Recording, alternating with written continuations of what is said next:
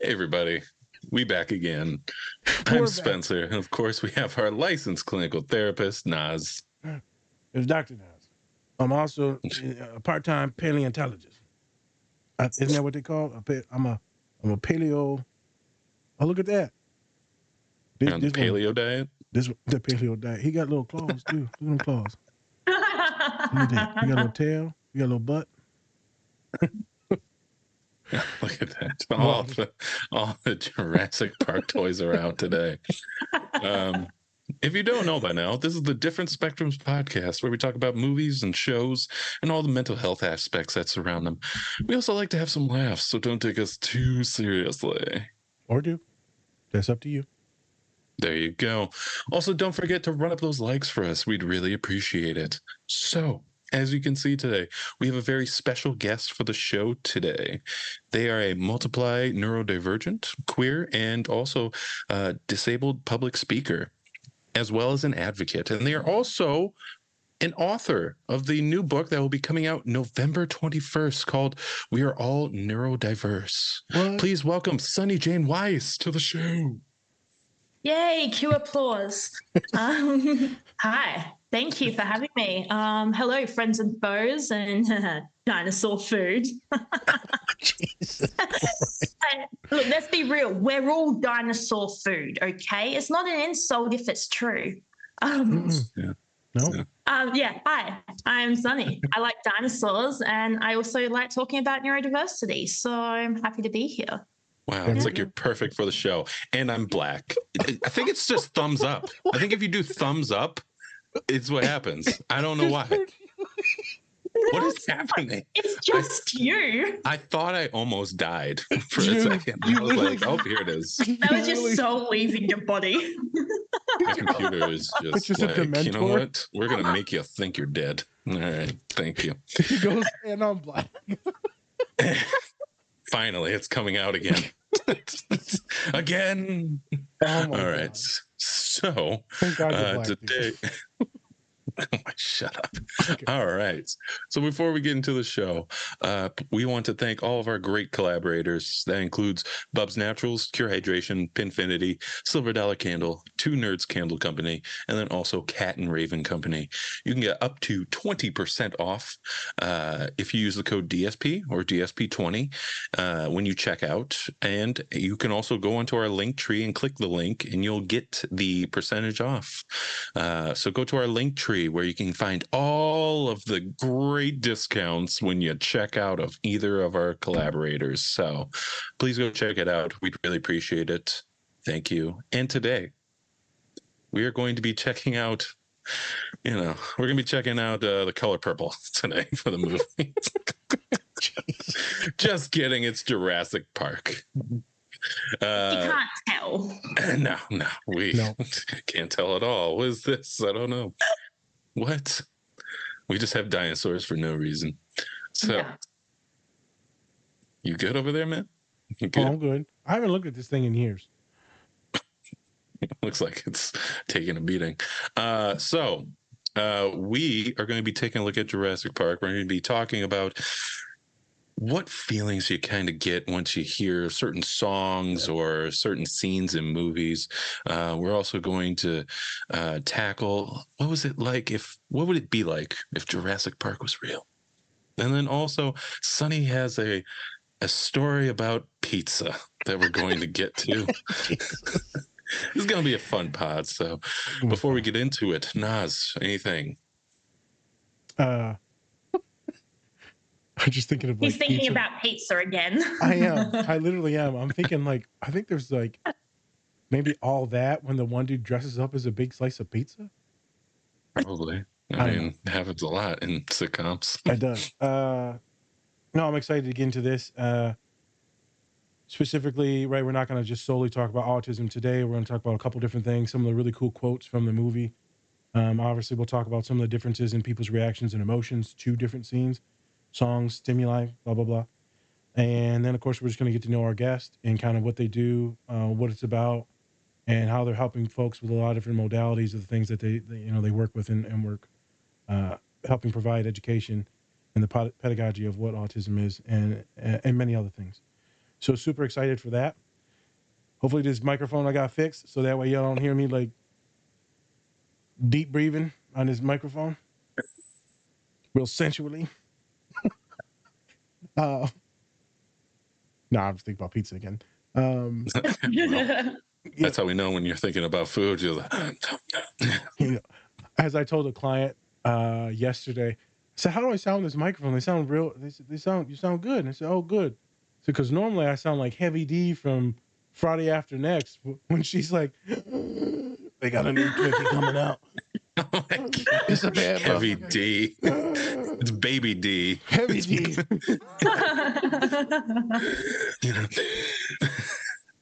That's how I sounded on the podcast before. But really excited. So let's dive into this.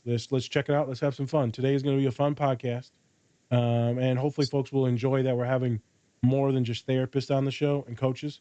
We're starting to get into more creators, educators in different ways, and also artists. So I'm really excited about the next 2 months because we are booked completely until December, till Christmas.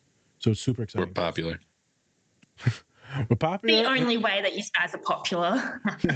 We're also desperate. So, I'm interviewing my cousins. Please get on the show. Please. Yeah. All right, let's get into it. Whoop, whoop. Whoop, whoop. Whoop, whoop. There it is. Yeah. Never You're say staring never. at me. You never say that again. Oh my God. Oh, this is so good. Okay. Hey everyone, thanks for watching our show today. We just wanted to take some time to give a special shout out to our collaborator, Cat and Raven Design. They are a small queer-owned business that specializes in LGBTQ plus pride soaps.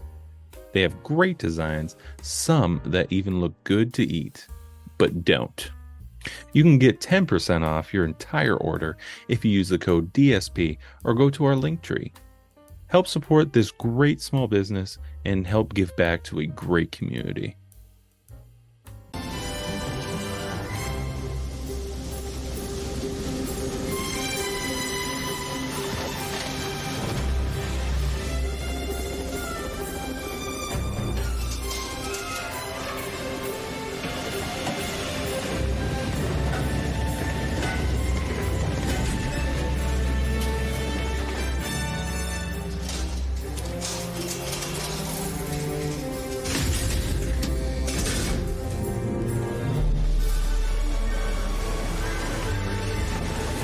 Full 50 miles of perimeter fence are in place. And the concrete modes and the motion sensor tracking systems. Ronald, dear boy, relax. Try and enjoy yourself. Let's get something straight, John. This is not a weekend excursion. This is a serious investigation of the stability of the island. Your investors, whom I represent, are deeply concerned.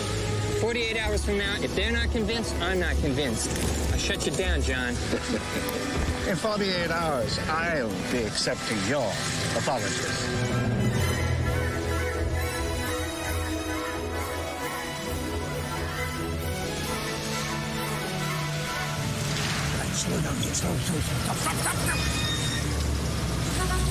Shouldn't be here.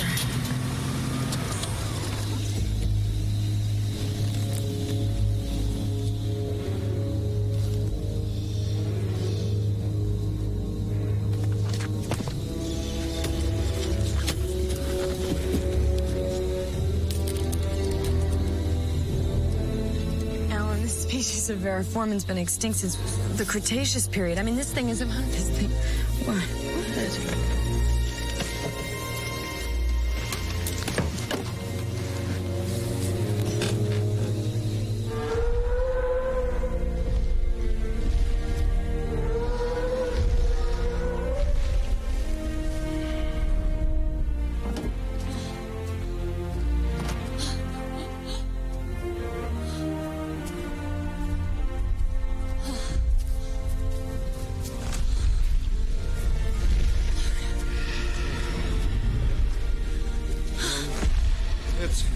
It's a dinosaur.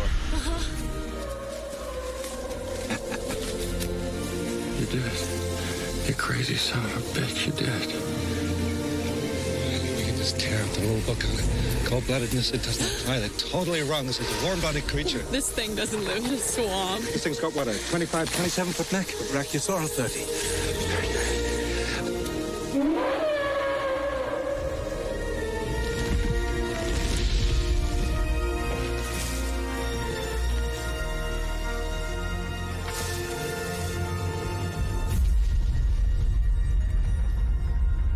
We're gonna make a fortune with this place.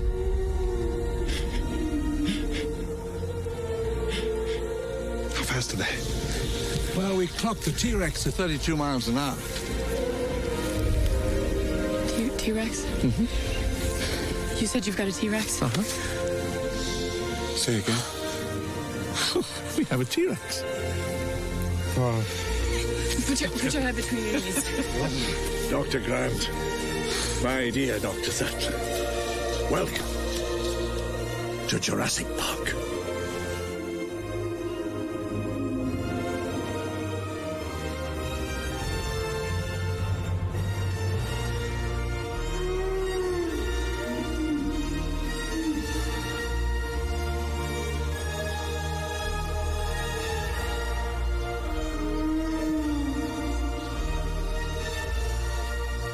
They're moving in herds. They do move in herds.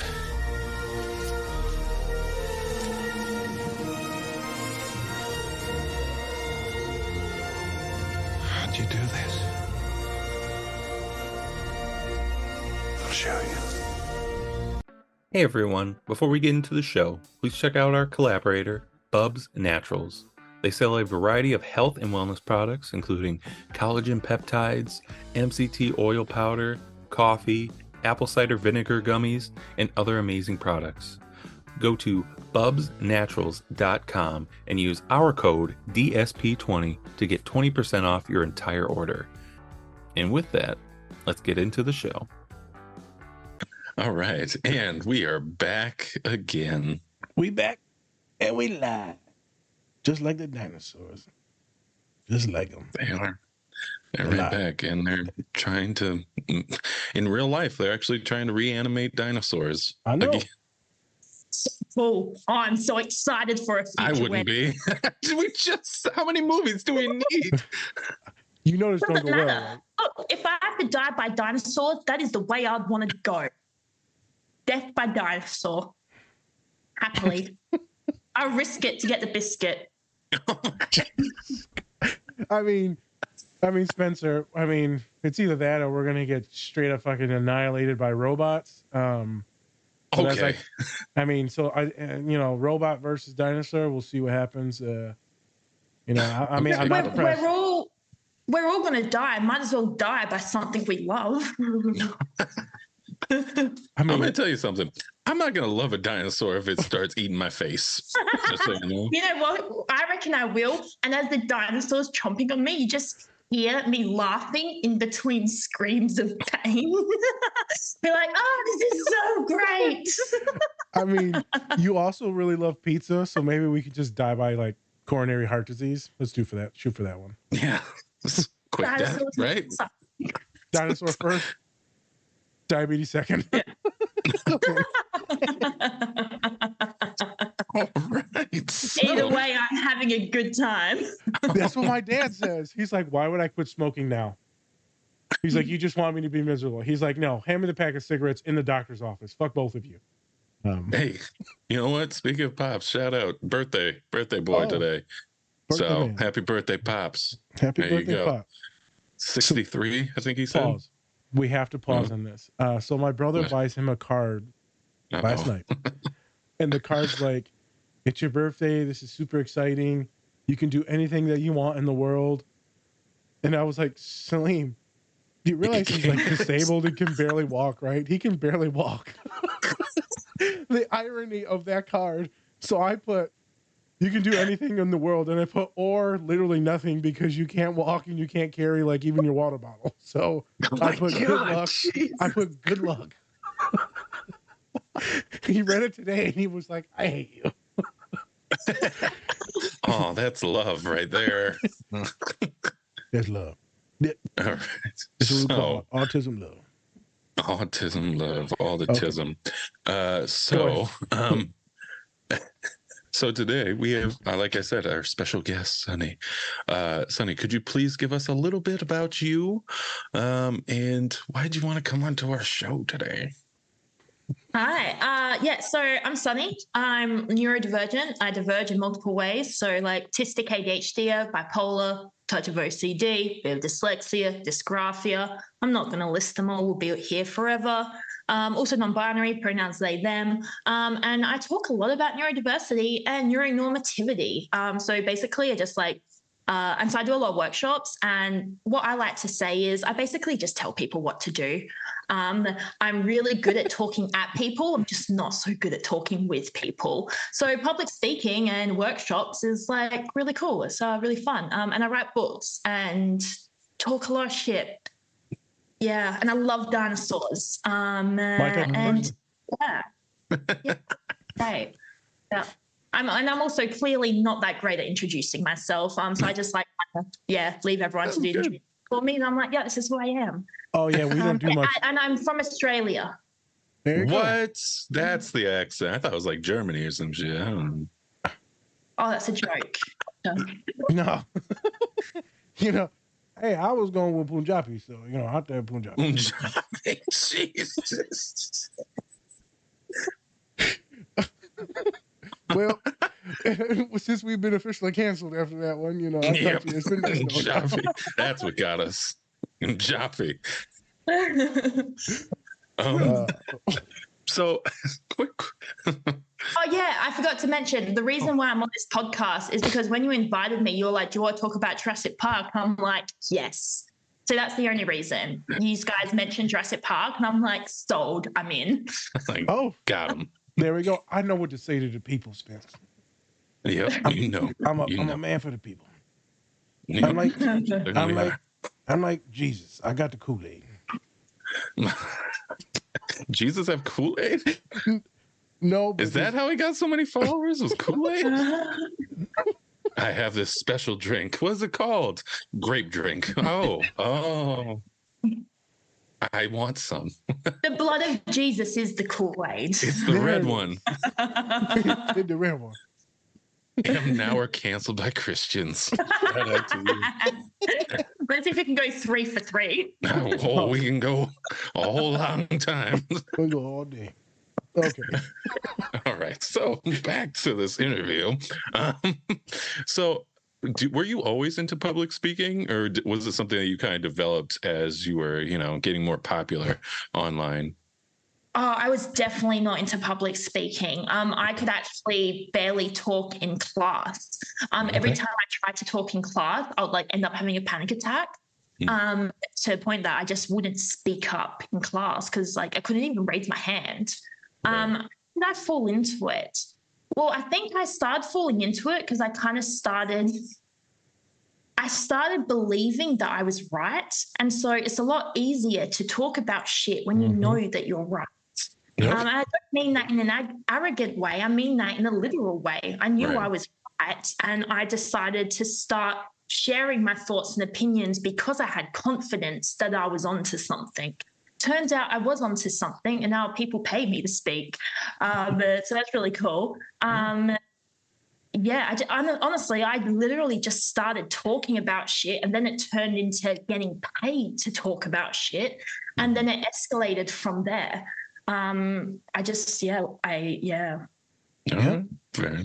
It was an accident. Here we go. The age-old job of white people talking about shit, getting paid. Shout out to the white people. It's some bullshit. Look, I'll take it. I'm so sorry, but yeah. You're fine. You took my job. You taking Mexican jobs, okay? I'm joking. Oh my God. I'm Mexican, so I can say that. I'm not allowed to laugh at that. Oh, it's fine. You are, so shame on you. Can. No, you can. Yep, you can. Oh, I'm so getting cancelled after this episode. No, to be clear, these are all our thoughts, our opinions on this thing. Sonny is just a pawn in the game.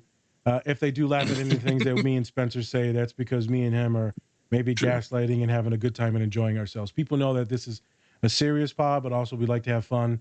Our guests know that. Our listeners know that. People don't want to be bored with a lot of stuff, so we're having fun. So all jokes aside, people know that I'm Lebanese and Mexican. They also know Spencer's black and white. Just wanted to make sure that everyone that's new to us because of you listening to this, that they know our backgrounds as well. I'm not gonna lie, this is one of the funniest pods.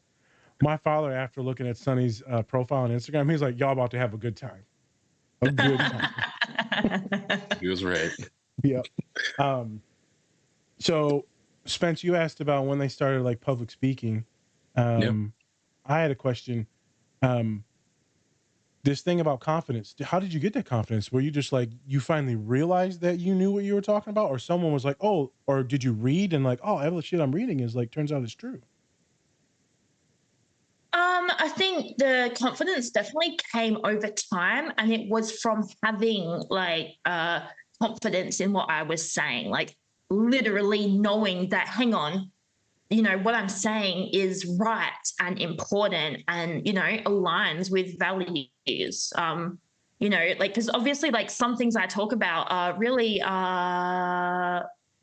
what's the word for where, like, it gets people angry? Yeah. I talk about topics that people are just like, oh my God, like, you're full of shit, or how dare you? But it's just like, well, no, actually, what I'm saying is real. It's right. It's accurate. It's important. Like, it's inclusive. It's significant. And so I think just, having that confidence that what I'm saying is important and accurate was what allowed me to have confidence. And then obviously when people started paying me for it and people, validating what I was saying, yep, that doesn't hurt either. Nope. Right. Yeah. And I guess research, just, having the evidence to back me up is helpful. Like, I'm not just saying things for the sake of it. I do have evidence. You are highly educated in using empirical data and your own personal experiences and others' experiences. So it's not just like random stuff. Yeah, and I also like connecting the dots with some shit. Like, some of the stuff I talk about doesn't necessarily have empirical evidence, but if you connect one thing with another thing and then you're like, oh, whoa, that's connected, then I'm like, I'm onto something. But some people haven't connected the dots. So they're just like, oh, you're full of shit. It's like, no, you're just not there yet. Yeah. Correct. We talk about that a lot with autism in general.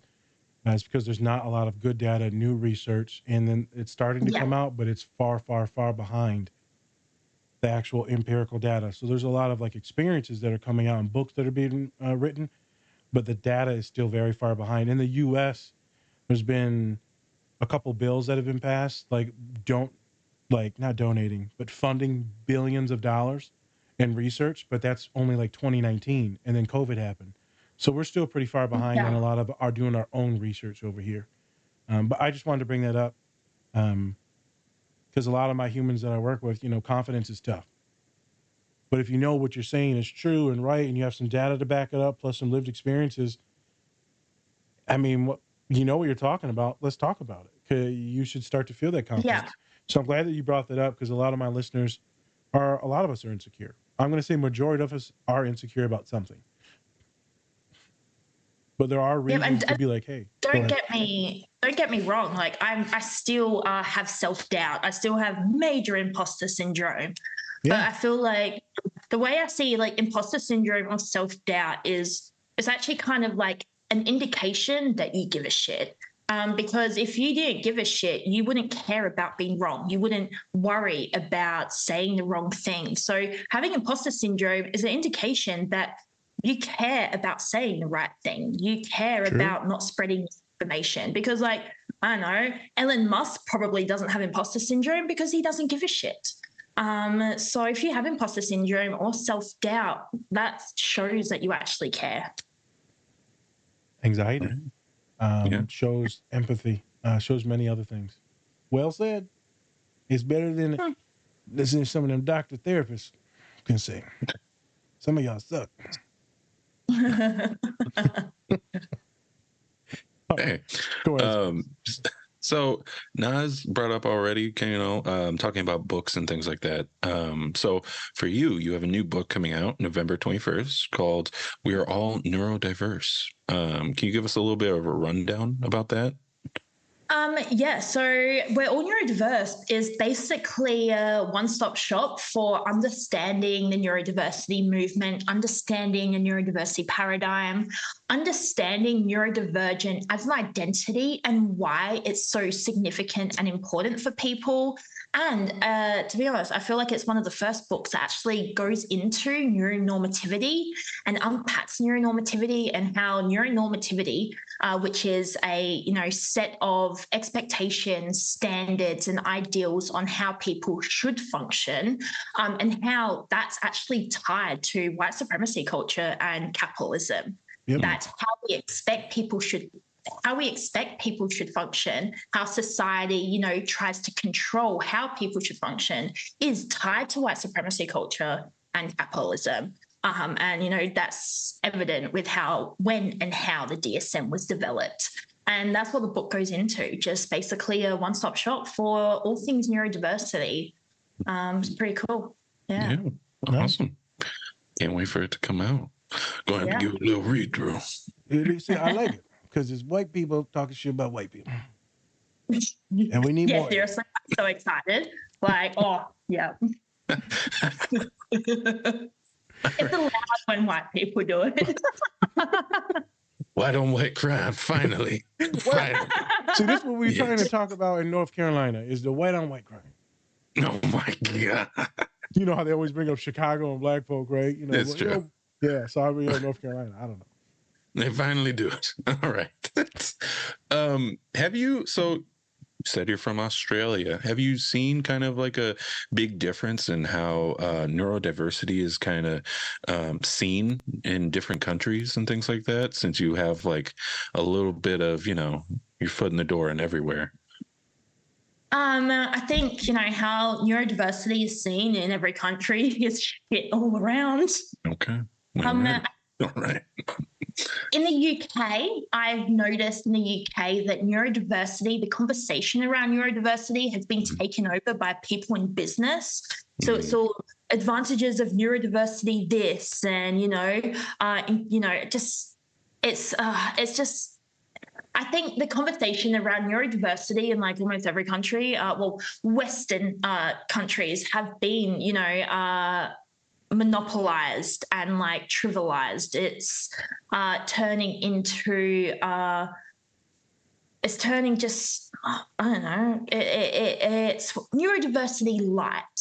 They're not actually talking about the hard questions. They're not actually unpacking neuronormativity. They're not actually talking about neurodivergences that are outside of autism or ADHD or learning disabilities. They're not talking about how hearing voices is a part of neurodiversity. They're not talking about how plurality, so being a system or having alters, is a part of neurodiversity. It's it's very, I don't know, people are capitalizing on neurodiversity in like Western countries. And that's just Australia and the US and the UK, that it's all surface level conversations, which is crap. But also, do we expect anything less? No. What is it called? It's called virtue signaling too. Some of that stuff, people will say it.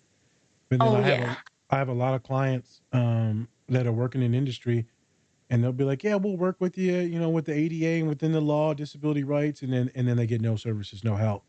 And then they're being penalized for it, for their stimulation issues or for how other people perceive them in the office.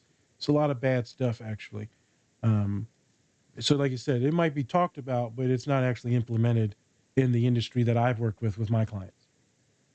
Yeah, it really isn't. And I don't, people ruin everything. Correction, white people ruin everything. And specifically white people who are in like CEO or business positions. Right. Yeah. So this is why we're waiting for the dinosaurs to take over. That's what I'm getting. Yeah. Okay. That's which were made by white people. Oh my God. Their own demise. Fuckers. They got us again. Who? Ourselves. Yeah. Wait, who was the person that founded the T-Rex DNA in order for them to replicate a white person? Telling you. Look at that. Yep. To be honest, I actually don't know who founded that T-Rex dinosaur DNA in like 2005, but I'm willing to bet it was a white person. They always looking for shit. Y'all always trying to start shit. That's what it is. Y'all always trying to start. Yeah, no, Don't start always no trying to shit. start some shit. They Don't never start no shit. learn. Won't be no shit. They're like, let's create these wild dinosaurs. See what happens. Let's Yeah. see what happens. I All mean, right. I mean, pause. You know, Yeah. motherfuckers also got Godzilla too. So right now, you know, Chinese folk, you know, they got Godzilla. Chinese, Jesus, man. It's Japanese. It's Japanese, you I'm gonna cut idiots. this out. I'm gonna cut this out.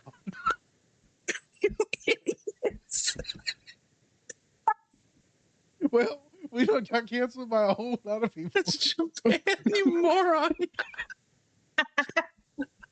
You're so stupid. I swear to Hey God. man, hey, you know. Expected better from you, man. I expected better. You expected better. Hey, you know, I got some weight in me too. It's okay. Oh, there it is. Popped out again. Oh God. All right. Welp. This was a good transition into the show now. Yeah. Well, thanks, Sonny, for letting us know who you are. Jeez. Now we know who Nas is.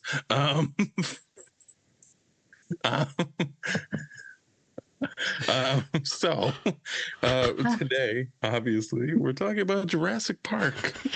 Are we? Yeah, surprisingly, I had no idea. Made in So, America. you know that one. All right, so Jurassic Park, if you don't know, it's about dinosaurs being reanimated, cloned, I guess, and now they're in this park, and so we have all these different people coming into the park to see it before it opens, and obviously goes to shit. T-Rex breaks out, obviously, because you can't contain that thing. It's like Nope. it's a couple stories tall, huge, just bursting through a gate. They're like, a gate would be fine. Yeah. And They're electrified. They try.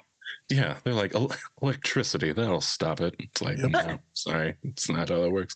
And so, chaos ensues. And now we have a couple people trying to, survive and get out of Jurassic Park, essentially. So, and in this scene that we watched, it's all about it's the first time they're actually seeing the dinosaurs, and we are actually seeing the dinosaurs for the movie. Mhm. So, and then we get to see them, and they're all out, and then you get to have the famous theme song of they got it. That's great. And so here we are. And so why is Jurassic Park your favorite movie, Sonny? Dinosaurs. There you go. That's it. That's all you need. Dinosaurs. That's all you need. Dinosaurs. I told you once. I tell you again. It's dinosaur. That's all you need. Dinosaurs. Is it? All right. But also because it's relatable, because I love dinosaurs. They love dinosaurs. They see the dinosaurs and you're like, yeah, I would, so it's like, if I could see dinosaurs, I'd react the same way. Like, just You have a T-Rex. watching Jurassic Park is the only time I ever feel empathy. Oh, well, all right. Fair enough. Fair enough. Who do you feel empathy for? Dinosaur. Because I imagine how they feel when they're seeing the dinosaurs, and I can relate. Oh, Yeah. okay. Oh, okay. All right. Okay. No, it's not. It was for the dinosaurs. Like, I know it's for the dinosaurs. bastards. No. Yeah, I know how, because I got some students where they're like, fuck all these people. All of them. You too. Me too. Fuck you, get out of my damn office. You said fuck me too. Okay. And then they're like, I like my stuffed animals, but fuck you. You No have great one's ever- stuffed animals, but Yeah, fuck you for buying them. All right. he used up all the resources. Okay. But based off of Spencer's question, so when you first watched it, is it the same reaction and bubbliness that you felt, or like the butterflies that you felt compared to like, is it like right now? Oh yeah, so like if you watch my reaction while watching the scene that we just watched, you can tell that I'm having the fucking best time of my life. Every time I watch it, I have the exact same emotions, the exact same response, where I'm just like, I actually had tears in my eyes, but like it's just I have the same emotions, the same response, the same level of awe, the same amazingness. Yeah, every time I watch it, it's as good as the first time, and I don't get that with a lot of movies. No, maybe heroin. Wait, what? Sorry. Why would you say that? Why would you say that? You're on one today, bro. Damn. Myself, because Sonny's bringing so much funniness, I said maybe heroin. It was not appropriate. I'm so sorry. Wait, what? What? Baby heroin. Jeez. Oh, like Aaron Paul in Breaking Bad, just raised up.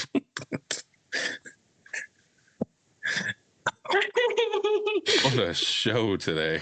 Oh my gosh. I'm not gonna lie. Normally people start with the gentle drugs and they go straight into heroin. No, if you go straight to heroin, you got some stuff. All right. Dude, you got some stuff. I'm gonna have to like snort my blood pressure medicine because I am not feeling well. My heart rate is I have to get it right in there real quick. Hey, this is heart medicine. Like I told the doctor the other day, I'm so sorry, story time. I told the doctor, I said, hey, I need some medicine. They said, we ain't got enough medicine for your crazy ass. I said, yeah. I said, well, I need something, and I need one of them good ones. She said, what's one of the good ones? I said, I need one of them butt pills. And she looks at me and she's like, excuse me, butt pills?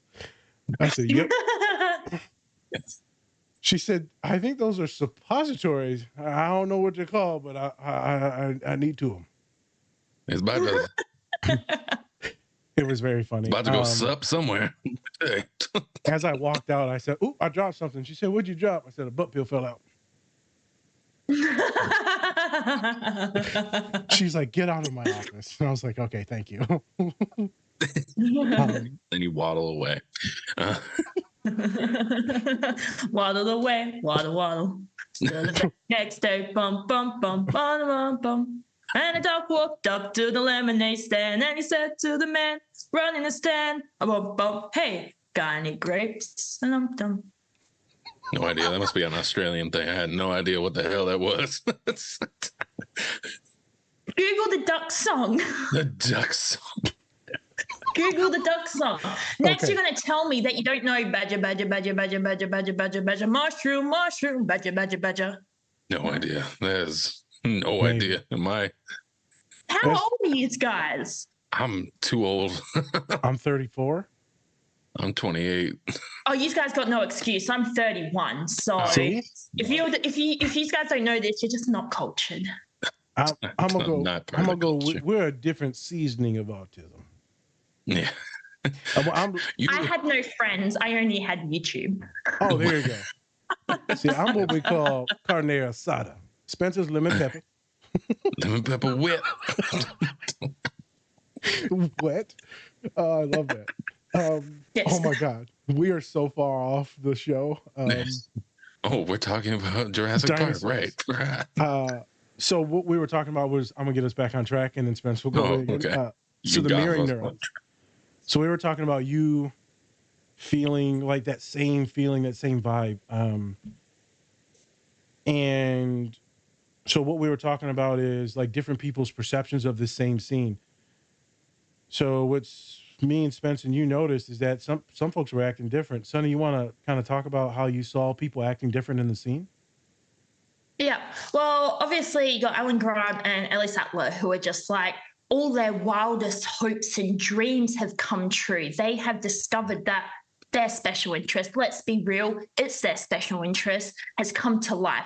They are seeing, they dig up dinosaur bones for a living, and now they get a real dinosaur in front of them. So they are having all their hopes and dreams come to life, which is awesome. Then you've got, what's that annoying, lawyer person? That annoying the annoying lawyer person, he's just like, oh, this is going to make us a lot of money. So he's focusing on the profit, on the capitalism. Classic old white cis dude, right? But then you've got Ian Malcolm. And Ian Malcolm, he sees this for the disaster it is. He's just like, oh, fuck, these motherfuckers have done it. He doesn't say that, but close enough. Like, he's just like, holy shit. He sees the consequences. I think he's a realist. He's like, this is awesome, but we're going to die. And so I think those three reactions are just, really sum it up. Yeah. So I guess I'm wondering now, when is it when Spencer, maybe you, I know I'm taking this question because this is interesting. Yeah.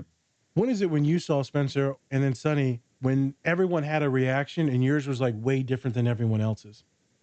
Do you have a certain time in mind that you think you're like, oh, I was definitely the outside on this one?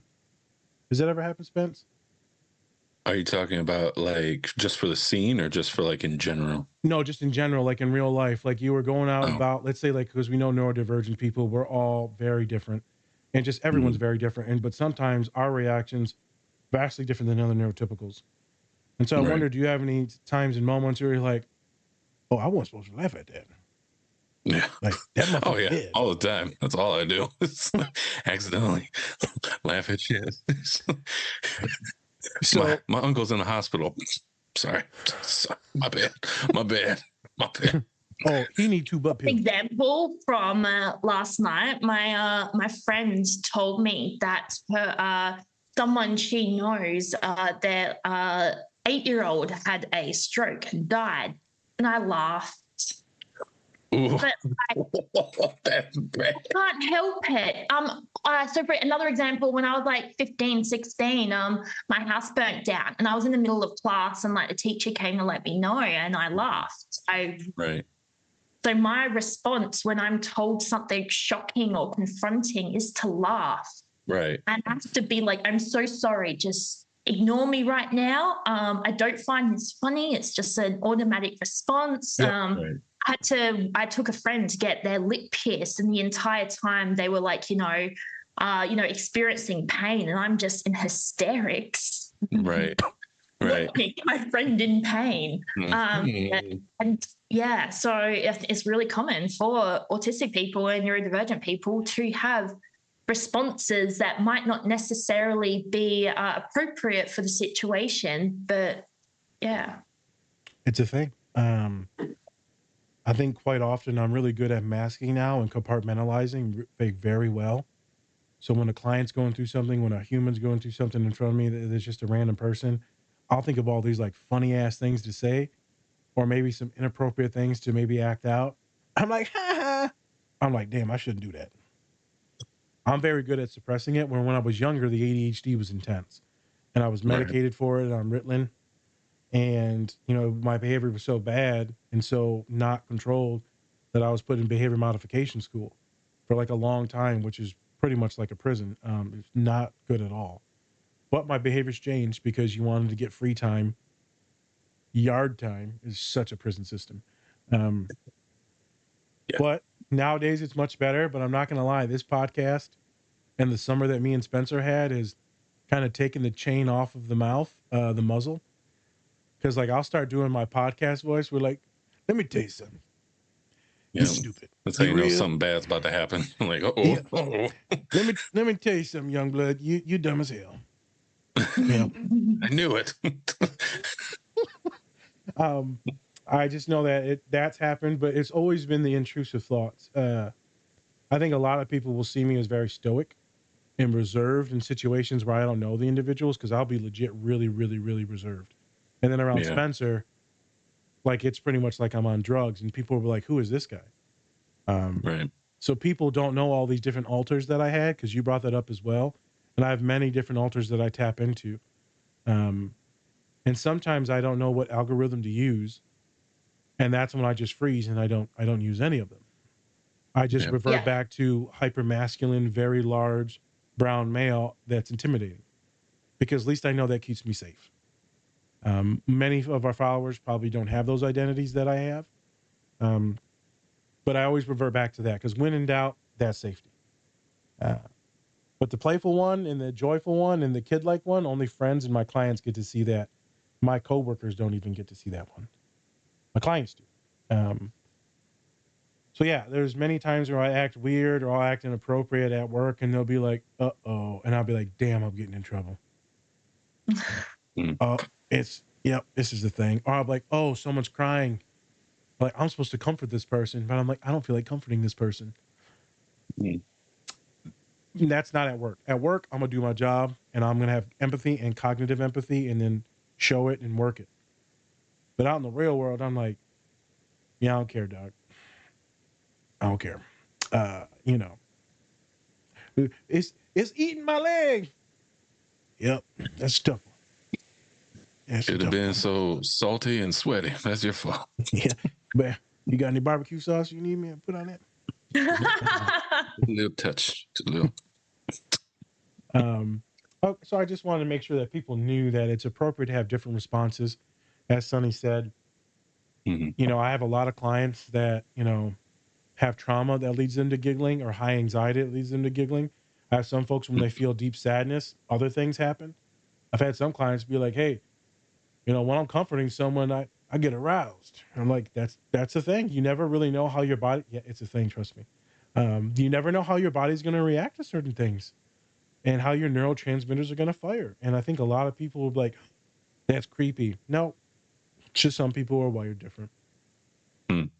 Yeah, that's what it comes down to. Some people are just wired differently. I mean, obviously, everyone is wired differently. Yep. Right. But a lot of people will be like, no, that's real different. Like, that don't make no sense. I think a lot of therapy is letting people know, like, this is fine, this is okay, this is something that you don't need to judge. Is it different than the norm? Yeah, but doesn't mean that's bad. As the shirt says, it's different, not less. It's just different. So, Spencer, did you have any other questions? You know what? We talked about food for a minute, so I want to get to Sonny's pizza story. That's what I thought. All right. So, I love pizza, right? And what people don't know about me is, like, I'm half Italian as well.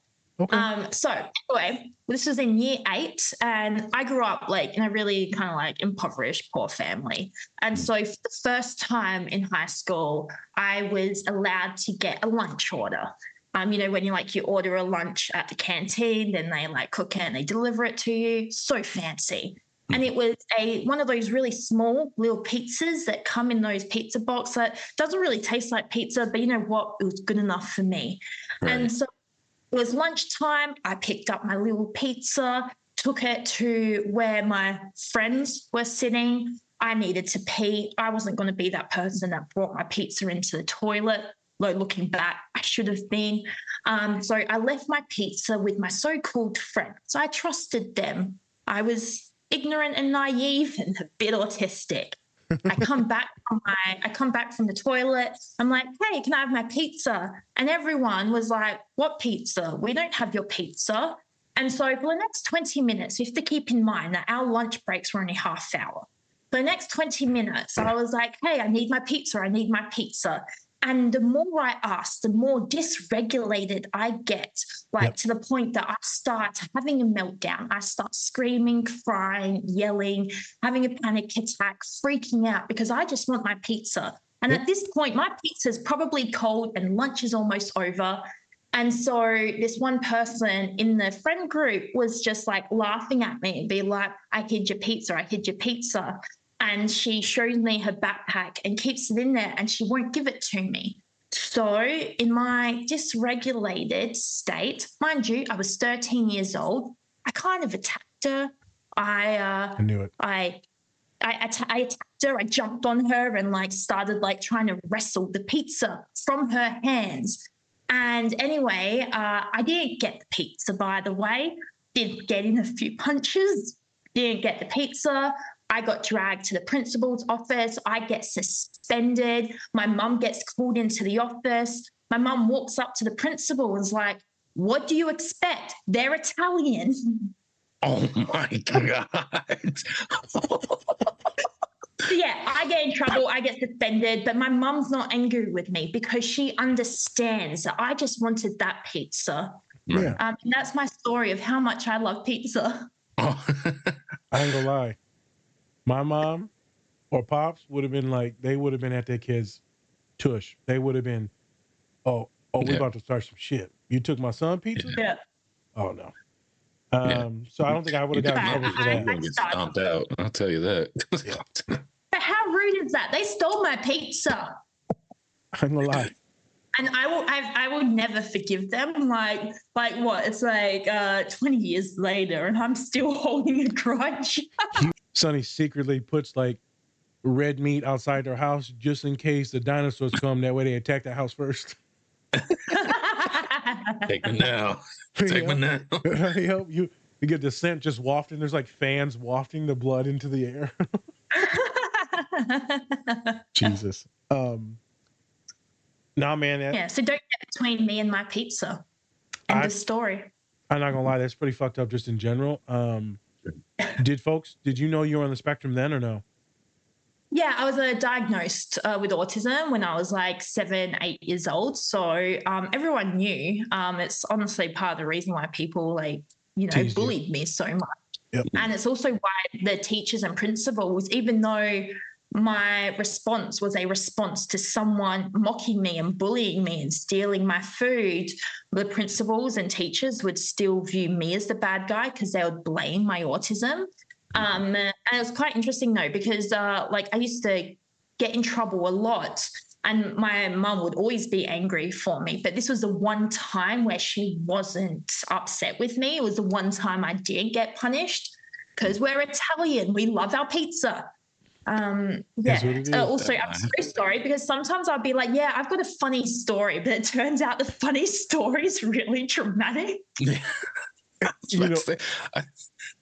Spencer's face, your face when we were laughing about the pizza, and then Spencer's like, "Oh, this is innocent." Spencer's face was like, It was going to be a funny, happy story about pizza. Nope. It was, I'm getting bullied and I beat the shit out of somebody. "Hey, That's how most of my childhood stories go. I think Fair it's enough. funny, but really not. hey, ain't no one taking my cornbread."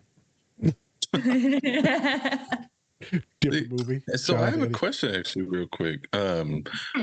So do you view when they actually gave you that diagnosis being autistic, would you rather have them not diagnose you so early on, or did you, looking back at it, you're like, I'm glad that they did? I think the answer is yes and no. So back then, it was a really deficit understanding of autism. Like I was, taught that there was something wrong with me, that, I was taught a very deficit understanding of autism. So I definitely wish I, was an 8-year-old, in this decade, because I would have had a more affirming understanding of autism. And there would have been like more affirming support and understanding, which would have been way more beneficial.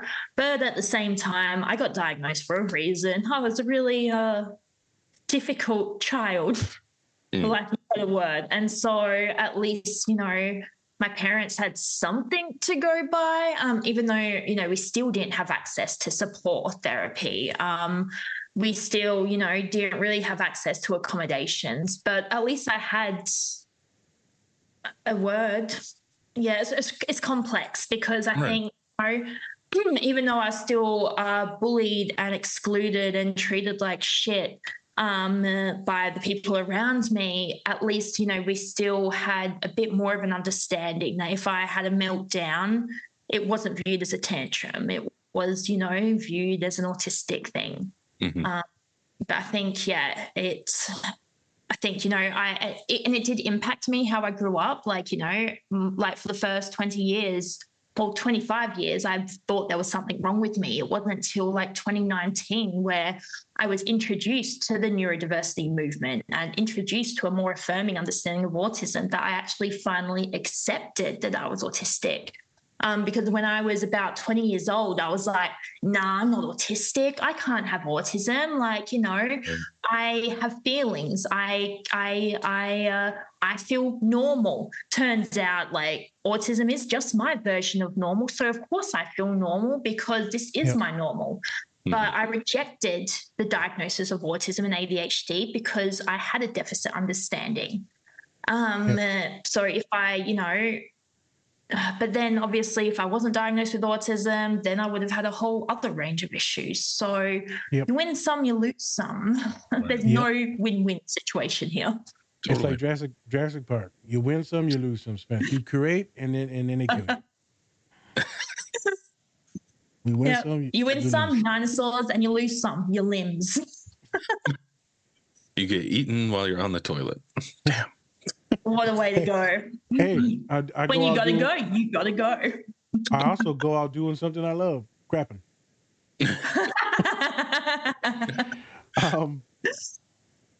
And so I think one thing in the scene when we were talking about is something funny that I think a lot of people will relate to is when, I'm not sure the actor's name, when he's like, you did it, you son of a bitch, you did it.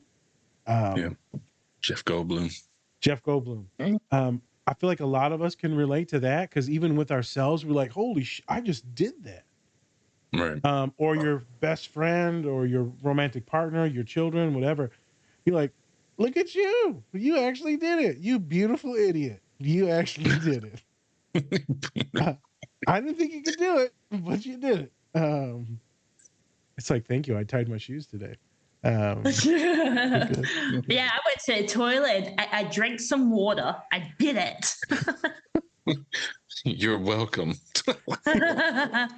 It's like that from Big Daddy. Remember when he's like, I wipe my own ass. I wipe my own ass.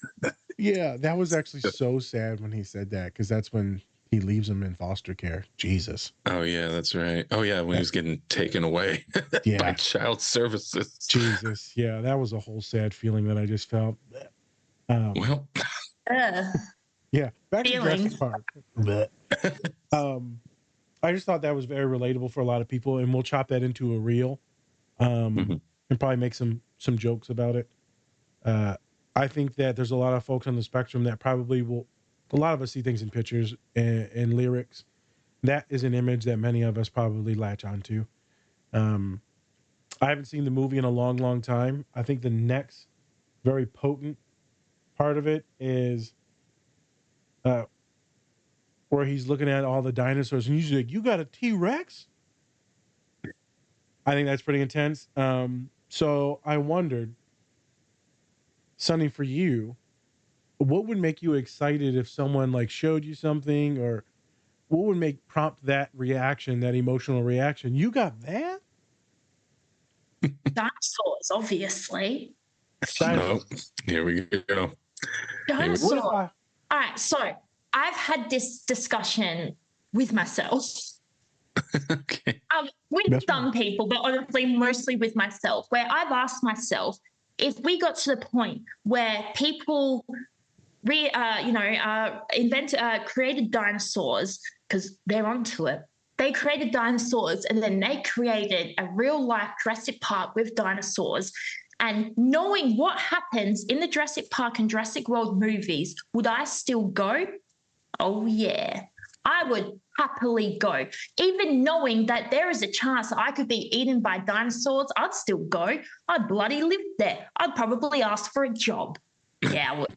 Probably. And so, that's I 100% would, even knowing the risk, just for the chance to see some dinosaurs.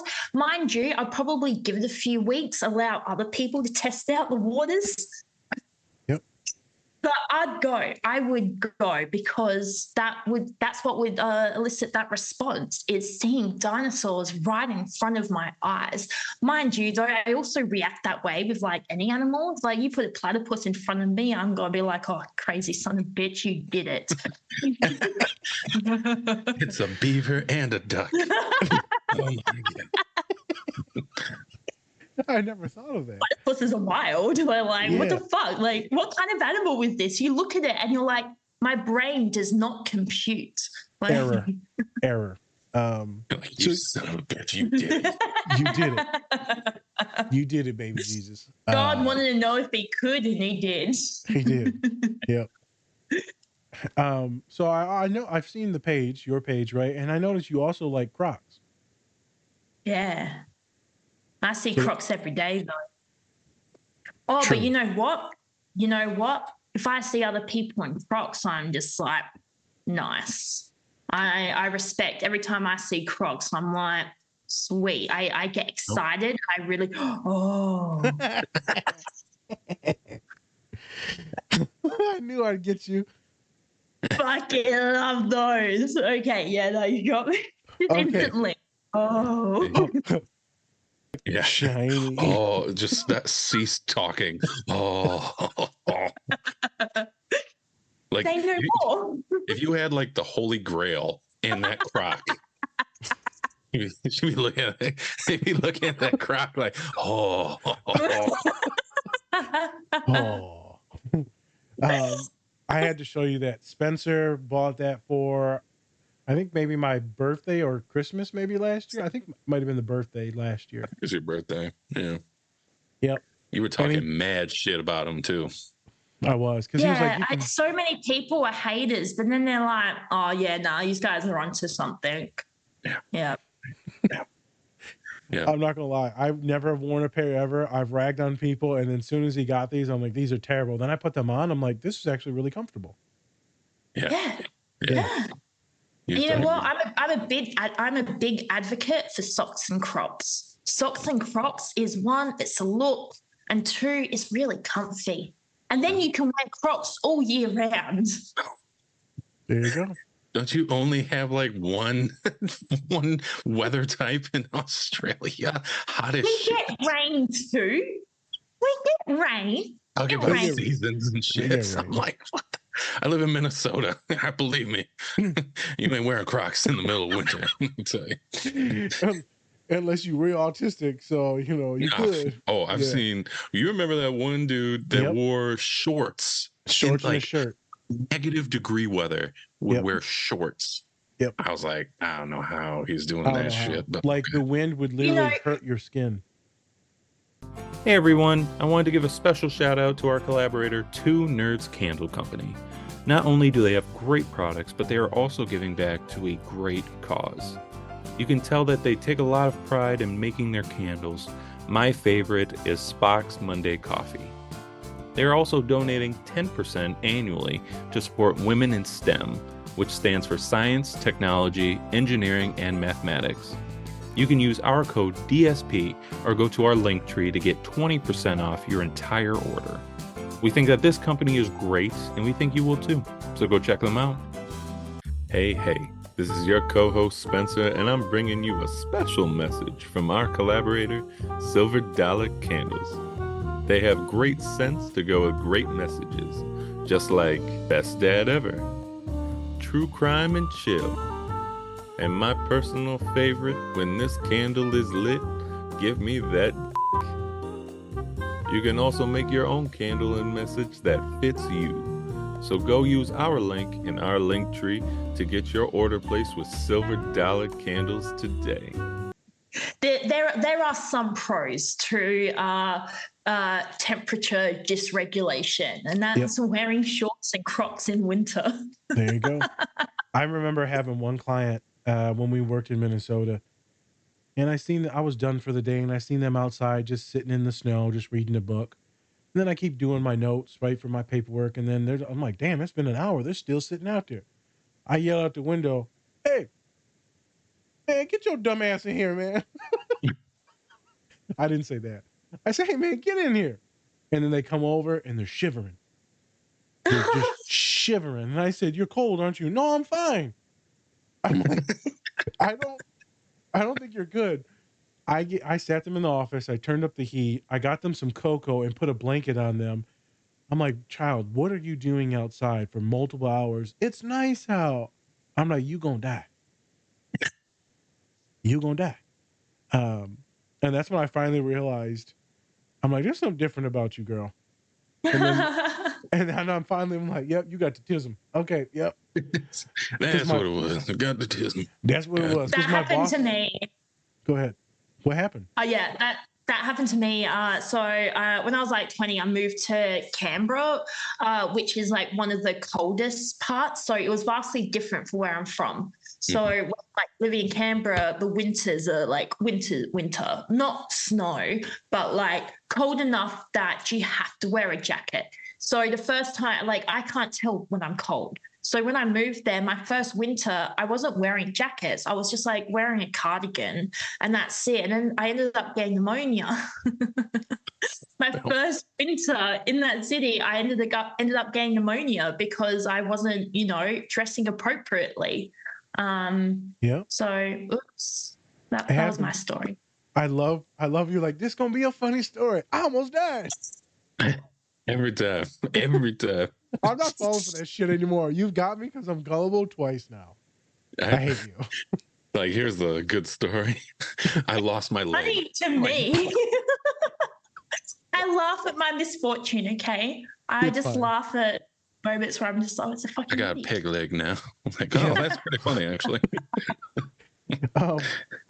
I think a student today was like, "I failed my test," and I laughed. I was like, "I'm so sorry for laughing at your pain."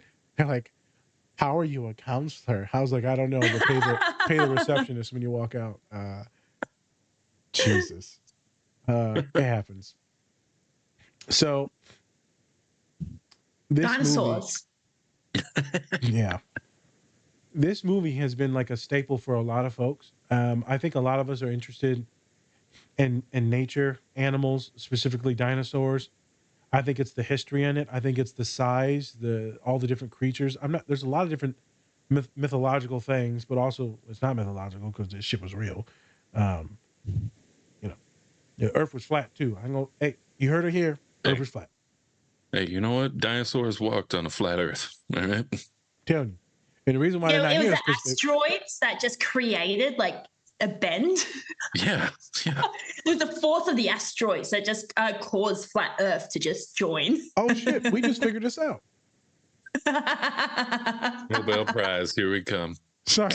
Hey, what did Sonny say? Believe that you know what you're talking about, and then you got confidence. Science. You heard it here, folks. I'm a doctor. Science.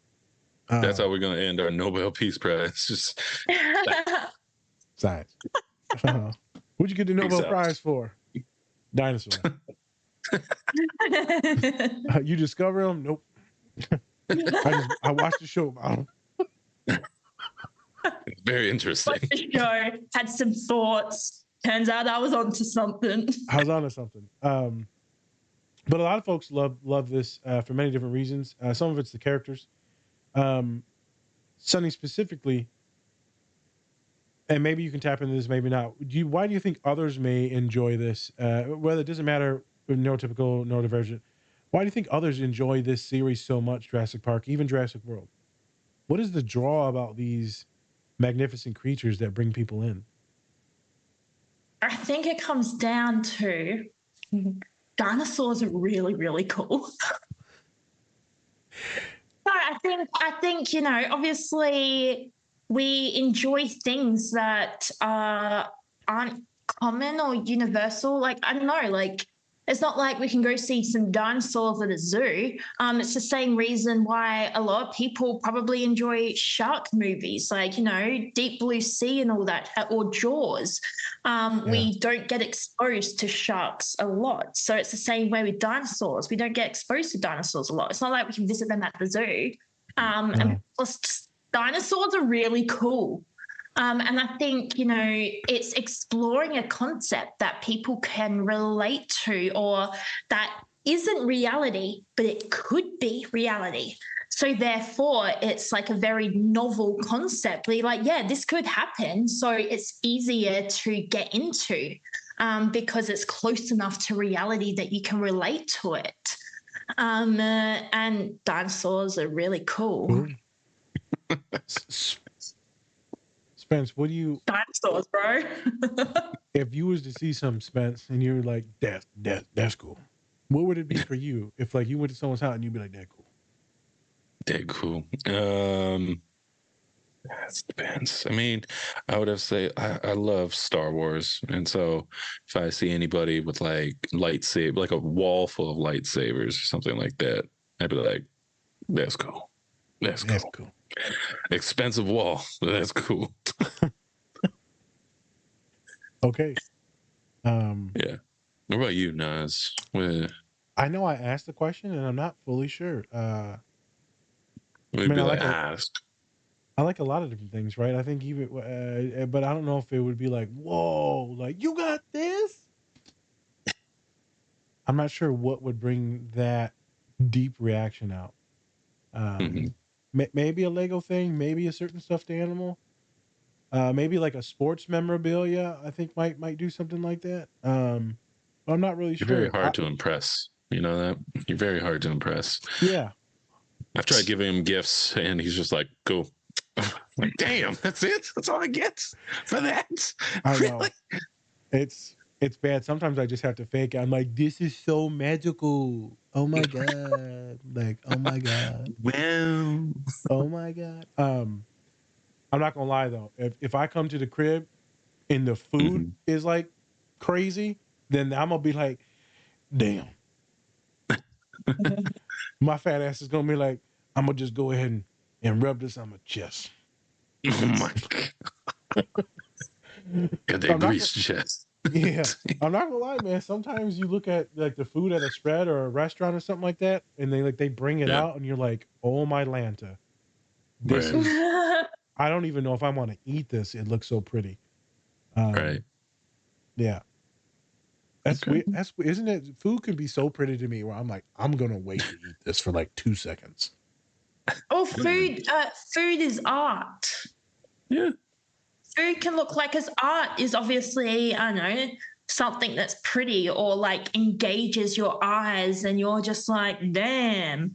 And so food does that. Food is art. It is. Yeah. True. What, you got something, Spence? I mean, and you're not one of those people that take pictures of like your food and stuff, which I'm glad. I'm really glad about that actually, because I'd be like, come on. I like to be. I'm too impatient for that shit. I want to eat that. I'm taking photos of it. Okay.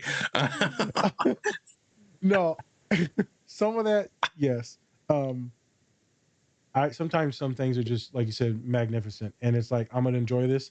I think taking pictures takes away the beauty of it. I think it's a waste. I think I'd rather look at it instead of take a picture that I'm never going to look at anyways. Never going to look at it anyways.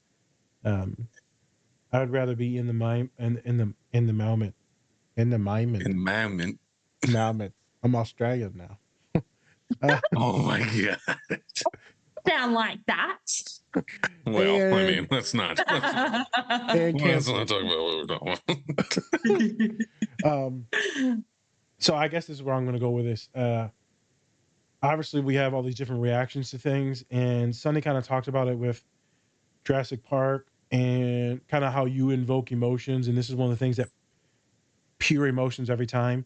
But also, like, there's certain anger moments that can like evoke some things out of you too. There's certain memories or triggers. I think for me, I've never been able to really figure it out, and I don't want to figure it out. But certain music, vocals in people's music is like, it literally stops me from breathing. When I listen to the violin, and I've been to many of my clients that, because I work at a university, I'll go to their recitals or their orchestra things, right? Whatever they do. And I'm not gonna lie, when that piano or when that violin comes out when the violin starts to going real quick, I'm like, ugh. And Spencer's looked at me like, dude, get your shit together. Yeah. It's intense. And I don't know what it is. An orchestra, violin, or piano, when it goes up in magnification, I'm dead. Pianos and violins get me too, especially when there's a crescendo, when there's a build up, like, oh man, like pianos and violins done, like every time.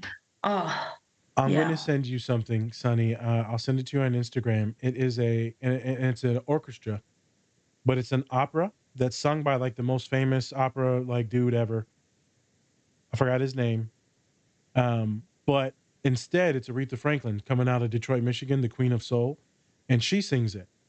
And it is a beautiful song, but when she goes into the crescendo of it, I literally cannot breathe. And I'll be like, and other people are just like, it's mid, it's okay. And I'm just sitting there like, I can't relate to people who have no emotional connection or response to music. But I'm someone where singing and music is also one of my special interests. So like I'm the type of person where if I discover a song that I love, I will sit there and listen to it over and over and over again for 3 hours, focusing on learning every single part of the song until I can do it off by heart. And I love that. That's my best friend Colin is just like that too. I didn't know that until recently. He's like, yeah, I just put it on replay in the gym. And I was like, do people do that? He's like, yeah, dude, people do that. And I was like, holy shit, because I do that. And I used to think it was so weird that I would stop doing it after like 2 or 3 replays. Like, this is fucking stupid. And now I'll just be in the gym, like hour and a half straight, same exact song. And I'm just bebopping around.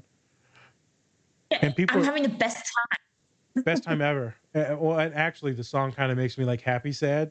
So I'm like in between crying and like being happy at the same time. Yeah, it's a son of a bitch. I feel like music is like one of the ways that I can actually feel emotions, because I'm someone with alexithymia. So I have difficulty like identifying and describing my emotions. And so since I was a kid, I've actually used music to identify and describe my emotions. I used to be a type of person where, like, you know, if I had like, I know, a crush on some person, I would send them a song, be like, this is how I feel, because I couldn't communicate my emotions in any other way other than in the form of lyrics. That song was like "Fuck You" by CeeLo Green. I'm getting mixed signals here. I don't know what. Mine was. Do they like me? Do they not like me? Mine was the Chili's theme song. Oh my! Chili's baby back ribs. One time when I was like 10 years old, I had like this crush on this like dude. His name was Dean Bryan. Okay. Shout out to Dean. He's gay now. Well, all right. Hey, anyway, I sent him this song, and I sent him this song, and you know what song it was? What? It was the theme song from Dawson's Creek. I don't want to wait for our lives to be over. Anyway, I thought it was like really nice. He was like, and dramatic. And he was like, and that was when I knew I'm gay as hell. Probably. I was a bit forceful. I was a bit full on. It's fine. So there's actually some data and a lot of science that shows that music, it can definitely change the emotions, but it can also like stop a panic attack or a spiral. But specifically not just listening to music, but being active and singing the music. Yeah, because of your vagus nerve. When you sing, your vocal cords activate your vagus nerve, and that actually helps regulate and calm down your nervous system. I sing every time I'm dysregulated. I'm like, all right, I got to go sing now, and I'll sing, and I'll feel better afterwards. Amazing. The only song I can think of is like Sonny walking around the house. Whoop that trick. Whoop that trick. Hey, I want a Grammy. So I do a lot of singing at home. Like, music's my life. And I do a lot of musical theater, but what people don't expect is that I also do a lot of Hilltop Hoods. Do either of you know the Hilltop Hoods? That's okay. They're an Australian hip hop band that have been around since like 2000, and so I will literally I can rap most of their songs off by heart, and I'm and it's really funny, but I love them so much. I will listen to a Hilltop Hoods song for 5 hours just so I can learn it off by heart. That's awesome. Thank God. I'm glad that they're a rap group and not I thought it was another word for the Klan. I was like, uh-oh. It's the Australian. I was like, damn, I didn't know they had them over in Australia. Shit. The Hilltoppers. You stay away from the hoods that were Hilltop Hoods. It was a hood, wasn't it? Oh, yeah, Hilltop Hoods. Yeah, I don't like them. I know them. Yeah, go in there. It's a sundown town. They left my lawn in disaster. Yeah, Jesus Christ. But another reason I love the Hilltop Hoods because they've been around since the 90s. And apparently when I was 7, 8 years old, I slept in their bed because my dad used to be mates with them. So they'll go over to the house, you know, smoke little cones, and bring me, and so I'd fall asleep in their bed. So technically speaking, I can say that I was the first person to ever sleep at Hilltop Hoods. Hey. Yeah. Yeah. There you go. I mean, yeah.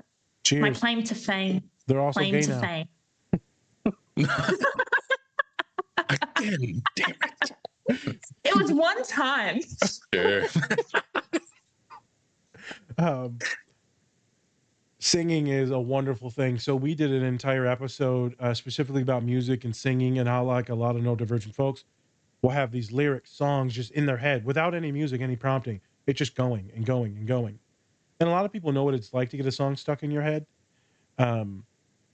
Maybe not a lot of people know what it's like to have the kind of almost Tourette of singing out loud in the middle of nowhere and just blurting it. La, la, la, la, la. And then the person's like, oh my God. I'm like, oh, what did I just do? I was singing the other day walking to work, and I'm like, nah, nah, nah, nah, nah, nah, nah. And I'm like, I can hear someone walking behind me, and I'm like, stop singing. Nah, nah, nah, nah, nah, nah, nah. And then I see them walk past me, and I'm like, nah, nah, nah, nah, nah, nah, nah. It's a great time getting the song stuck in your head. But specifically, I was bringing it up because the movie that we did and the song that we did was Hardball with Keanu Reeves and Michael B. Jordan when he was a baby. And it was I Love It When You Call Me Big Papa from Biggie Smalls, right? And so a lot of folks of color know this movie and this song. And as soon as you start singing that lyric, I love it when you call me, everyone starts singing it. It's I love it when you call me Big Papa. Put hands in the air. Hands in the air if you a real player. And so the reason why I bring this up is because one of my friends that's also neurospicy texted me yesterday at work, and they're like, hey, I just want to let you know, obviously I love the show. I'm watching the one about music right now. And she's like, I'm relating to it so hard. She's like, I think I'm on the spectrum. I'm like, you are. She's like, I'm not ready for this. And I was like, girl, we've already talked about this. It's the thing. So why did I bring that up? Because it's kind of cool to get that affirmation and validation that people are seeking some healing and some good stuff, some good sauce from our podcasts. It's wonderful to know that. And even if people didn't, me and Spencer are having fun. Everyone we've had in the podcast so far, Sonny, has been kind of like family now. We send memes to each other, right? If they ever need any help or other shit like that, it's what we do. It's been a good time meeting good people. I told someone the other day that's an artist that I one of my humans is depressed, very depressed, but they're very good at art and drawing and animating pictures. And I said, you can create an account like this other person did. Let me show you. And you pull it up, and I'm like, hey, man, you can do this. Because I don't think I can go to school and finish. I say, hey, you might not finish, but you can make a living off of this shit. I could? I'm like, yeah, you could. Right? Person's also neurospicy, so the way they compute and operate is not fit for education. Could they do it? Yes, Yeah. but it's going to be so drastic on their mental health that it might not be good. So these type of things in social media, folks, right? There's a lot of good folks you can learn and maybe find some inspiration from. If you're listening to Sonny today and you're like, this person's weird as hell, but I love them. They're quirky as hell. They love dinosaurs. They're colorful. They're vibrant. Like if those things show that you can operate in the world, still have a good time, still also probably freeze your ass and almost die. Like you can be different, weird, wired randomly and still be hella awesome, successful, and have love and good feelings and vibes and enjoy the fuck out of pizza. Yeah. All comes down to pizza. Yeah. Yeah. Don't steal it. Don't steal it. Don't. You ain't taking my pizza, motherfucker. Can you imagine if someone took my pizza, bro? They would die. I would be. I'm not even joking either. Yeah, I'm not. I would be livid. And I am someone that has been in trouble for violence and protecting people for like racist stuff, and not proud of the violence because I'll never do that again. But if someone like took some food, I'd be like, wait a minute. You ever seen? Yeah. Oh yeah, go ahead. And spend the next 20 minutes mocking you that they've stolen it. It's not just the act of stealing it, it's the act of riling you up, of teasing you, of mocking you. That's fucked up because we know people do that because they can get a reaction out of you, so they're getting like this sadistic enjoyment out of like fucking with you. And me and Spencer have talked about it. They've done it with me and Spencer. And I'm not ashamed to say, go ahead. Oh, no, you go ahead. I'm an asshole too. So I was a terrible kid. So I'm watching everyone else pick on everyone. So what was I doing? I was picking on people too. Right. And then you grow up and you're like every once in a while, I'll think about a couple of instances. I'm like, oh my God, I can't believe I did that. I'm such a piece of shit. Mm-hmm. But you can't live in the past, and you just got to keep doing better and better and better every day. Everyone was probably someone's villain in their story, and you're trying to become a better version of what you were years ago. And so I remember a friend posted that on Facebook, and I was like, yep. There was a time. And I might still be a villain in someone's story right now, and if I am, I wholeheartedly apologize. But it happens. But still, that's more sadistic. They gain enjoyment out of watching people in pain. That's fucked up. Yeah. I feel like, and it's still happening. Every time someone comments a mean comment on anyone's post, that is someone going out of their way to be an asshole to someone. That is the past week, I've gotten a lot of transphobic comments on one of my reels where they're just oh, you've got mental illness, or I hope you, kill yourself. You deserve to be locked up. And that is people going out of their way to make someone feel like shit. And that's so common. Anytime someone is racist or transphobic or ableist or sanist, they are going out of their way to make someone feel horrible. Makes sense. I don't get it. I don't get wanting to make someone feel horrible. I don't understand. I think it's baffling to me because why would you want someone to feel horrible? What do you get out of it? Humans are weird.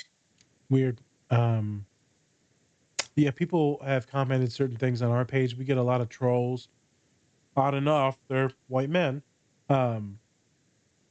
And it's the interesting thing. I'm sorry. They usually are. And I'm like, dude, if you don't like the thing, then just ignore it. Yeah, right.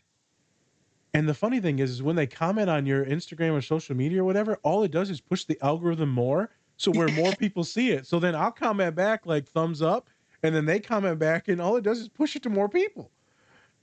You know what the ultimate power move is if someone comments, a troll comments, I like to respond with a comment and then immediately restrict them so they can read the comment, but they can't reply. And so then they just have to sit knowing that they can't reply, and then they feel powerless. And how does that feel?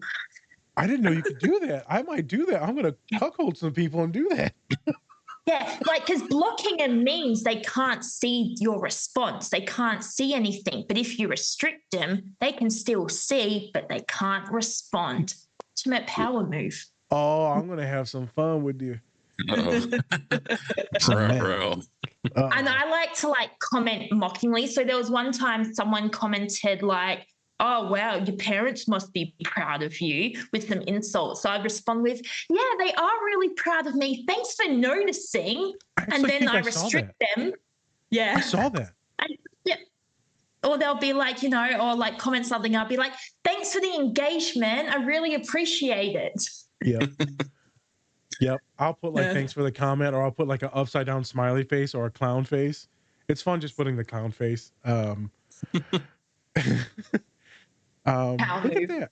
I learned something. I restrict comment. I can like comment shitty things now and then restrict them. Spencer, this is gonna be fun. Yeah. You're welcome. Yeah. To all the people. Watch your ass. Yeah. Watch your ass. Yeah, I don't know what to say, man. It's interesting when people just decide to hurt others for no reason, whether that be in public, out right at school, you know, out in the industry. It just doesn't make sense. Like, what do you get out of it? I assume that makes miserable people feel better. I assume some of them believe it's like a religious thing as well, and so some folks believe they're just purely right unless you're completely wrong, and if you're right, then that means that they're wrong and they don't want to be wrong. So then they lash out because of the deep insecurity. And some people are ignorant. Some people are just psychotic as shit. And like literally like watching people some suffer. People are just assholes. But some people just like to see people suffer. That's it.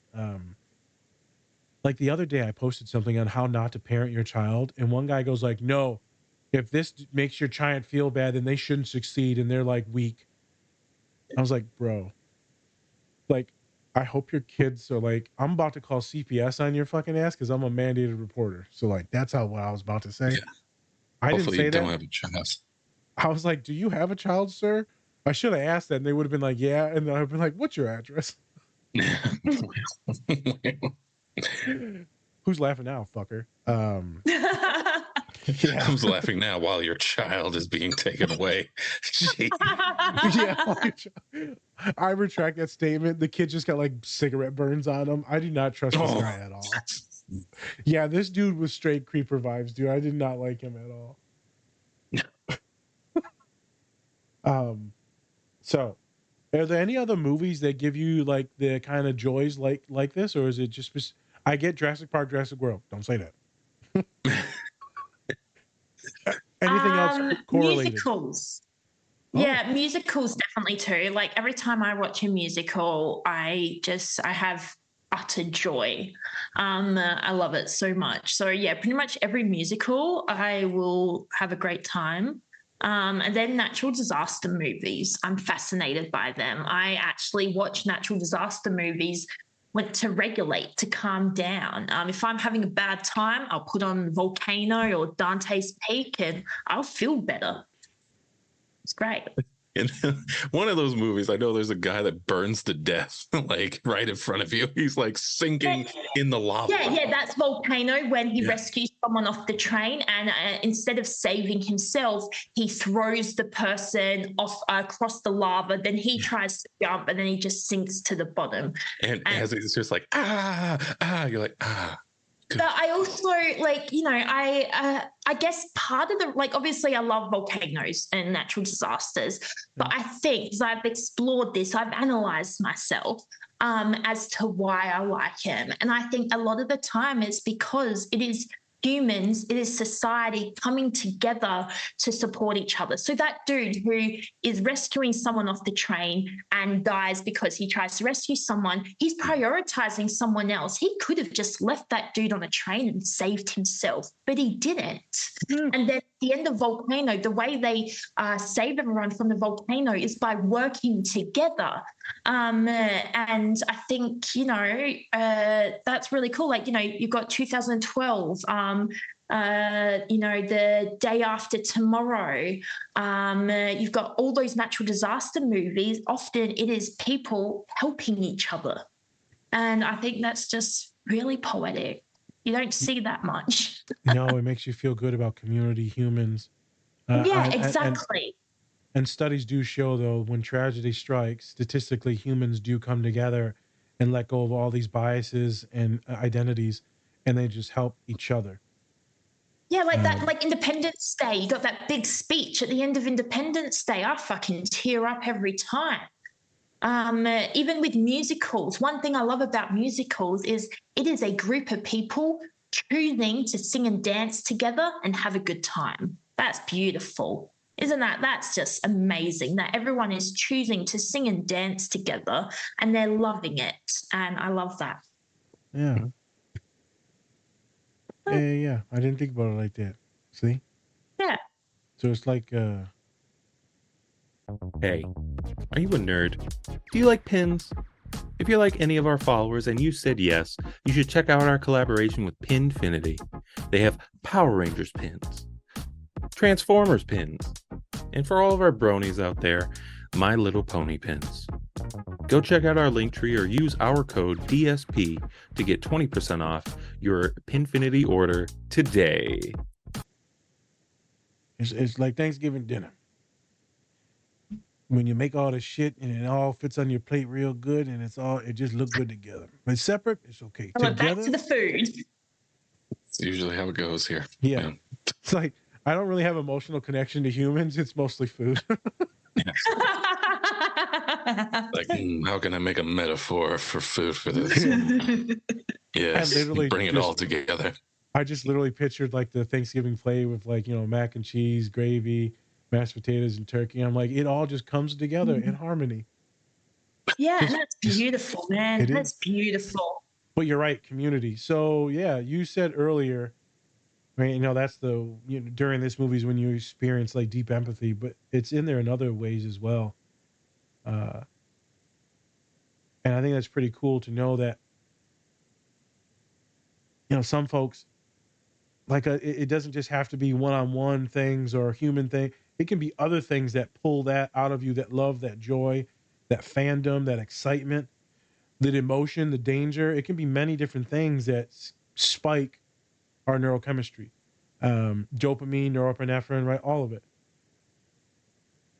And I think that's what a lot of people think, that like the myth is like autism, oh, they're just super stoked or super dry, or they don't get anything, or they're not really happy, or they're not anxious.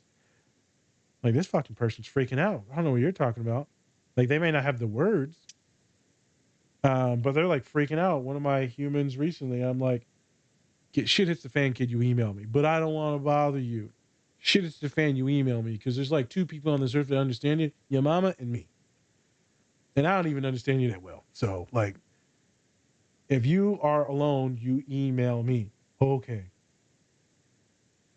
And then I recently taught them how to use ChatGPT. So that was fun. That was very fun. I'm like, look, you don't have the words, just type some shit into ChatGPT, give it the parameters, it's going to spit out a perfect email for you. They're like, holy shit. They said, can it give me like I said, can it give me a thing like grounding techniques to do when I'm having a panic attack? I said, let's figure it out. So we hopped on Zoom and it gave them an itemized 20-step program for grounding. I was like, That's look at amazing. you. I was like, you don't even need me anymore. They just smiled. I was like, fuck you. Will you be my therapist? Yes, I will.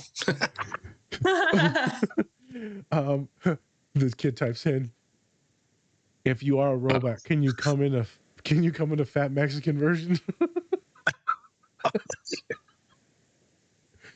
Hey, I'm body positive here. Body positive. I'm body positive. I don't even know what that means. Today was very enjoyable. We got to talk about many different things. And I'm glad that we're reaching out to people that are other just like therapists. Because it's been fun. It's always fun. But sometimes the therapists are kind of nervous around us and they're like, oh, I need to be professional because, it's a code. Like, it's a whole thing. Oh yeah, professionalism is a curse. Professionalism is a neuronormative, capitalist, fucking white ass bullshit expectation and standard. It's Hey, people. Let me go ahead and we're gonna just cheers to what they just said. Cheers. Yeah. White people. Cheers to white people. No. Hey, who was doing most of the saving in all of those disaster movies? See? White people. Yeah. Defund that. Defund that shit. Mm-hmm. That was sarcasm, people. FYI. Was it? Yeah. Spence, you got anything left for them? No, that's about it for today. Do you, like we said, you have a book coming out November 21st called "We're All Neurodiverse," and also, do you want to give out your socials and things like that? Oh yeah, I'm on Instagram. Lived experience educator. You can find me on Instagram, TikTok. You can also find me on LinkedIn if you want. Fucking hate LinkedIn. But I'm on there sometimes talking shit. So yeah. I'm a professional, but not really. That should be my LinkedIn bio. Yeah. I'm professional sometimes. It's just a picture of a dinosaur. with a tie. With it. You know? That's gonna be my next tattoo. All I can think of is a goddamn platypus. Like it's a beaver and a duck. I'm like, holy shit. Did he just think of Nearly that? the platypus. Yeah. Any seasoning salt, any sauce you want to put on the podcast, anything you want people to leave with, any information? I know what you're gonna say. I love dinosaurs. There it is. But wait, I just need to quickly say, Yeah. you know what I fucking love about the last Jurassic World movie is how the Jurassic World cast came face to face with the OG Jurassic Park cast, and they all meet each other and they all appreciate each other. They're like, hey, you do dinosaurs, I do dinosaurs. And then there's a whole bunch of like Easter eggs and references in the Jurassic World, the last Jurassic World movie to the Jurassic Park movie, and it's beautiful. That was all. All right. I enjoyed them. I enjoyed them all. I enjoy Blue. Yeah. I love Blue. I love Blue. Yeah. Everyone loves to hate on everything, and it's just horrible. Everyone loves hating shit. I enjoyed People were them. talking shit about Ahsoka, and that shit was awesome. I don't know what the fuck. Yeah, I don't know. People just love to hate. I don't like hating on shit. I love loving on shit. I love loving shit. There is nothing better than loving shit and getting excited about something. Like, it's a win-win. Why would you want to hate on shit? You're only hurting yourself. Don't get me wrong, I do hate some shit, but that's what. I mean, like, I hate some shit like racism and white people, but like, we're not losing there. Yeah. I can hear most of my clients. I hate on myself all the time. It's okay. My clients, I can hear them like, I hate myself. And I'm like, Jesus Christ, kid. You depressed little son of a bitch. No, I know what you mean, though. It's awesome. Yeah. I don't think I could have said it better. It's really good to have a lot of special interests, things that you enjoy, hobbies, vocations, whatever it is. Stop looking. I tell clients all the time, why are you looking for shit to hate? Why are you looking for things to be wrong? Like I go to a person and I know they could be fucked up or flawed or manipulative or nasty, but I look for the goodness in every person. I make a lot of jokes and say I hate a lot of people. I may make jokes on certain like white folks, but the thing is, at the end of the day, I do look for things in every person to love. Because if I didn't, it'd be really hard to be a client or a therapist for a lot of these kids. Yeah. Well, some of them are kind of terrible. Most of them are wonderful. Some of them, I'm like, you trash. Like, you out here hurting people and shit, like emotionally, physically, mentally. And I'm like, nah.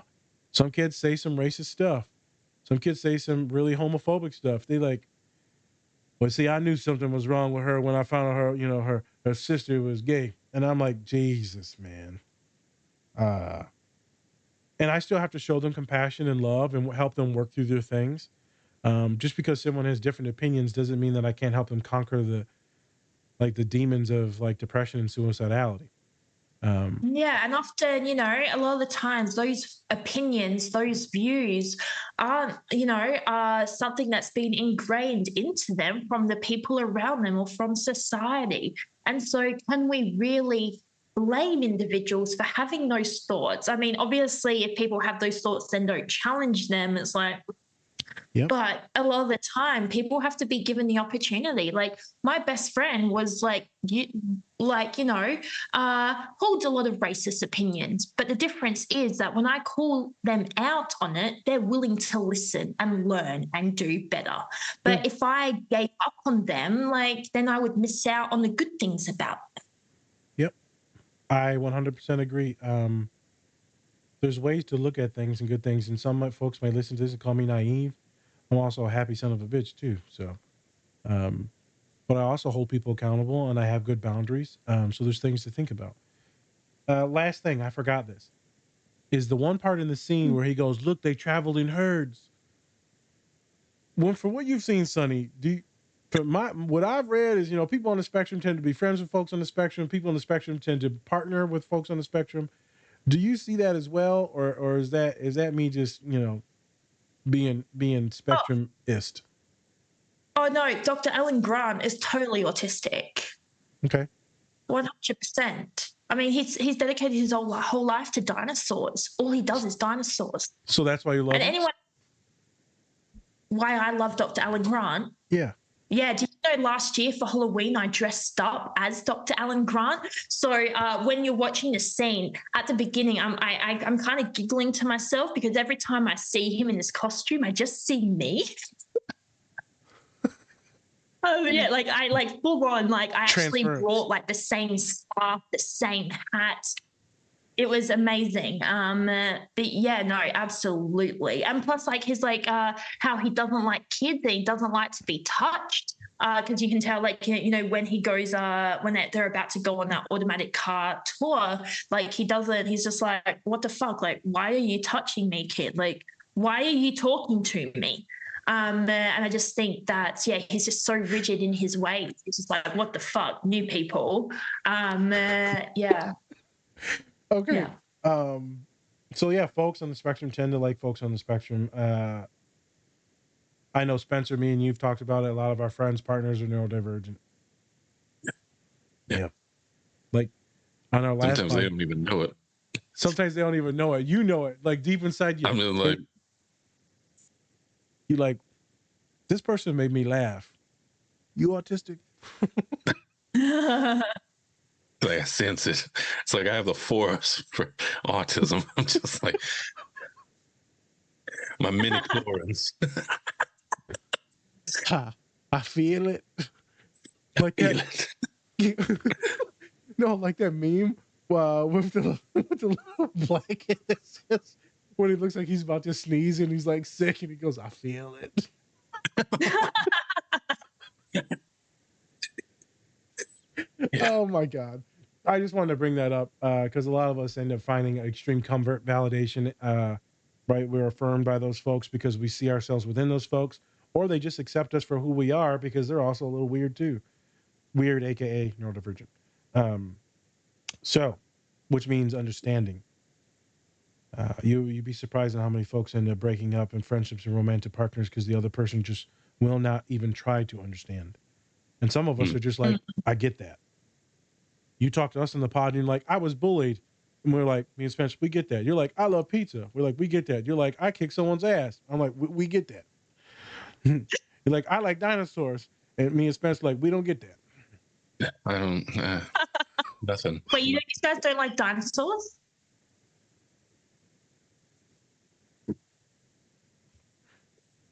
No, I'm joking. I feel so betrayed.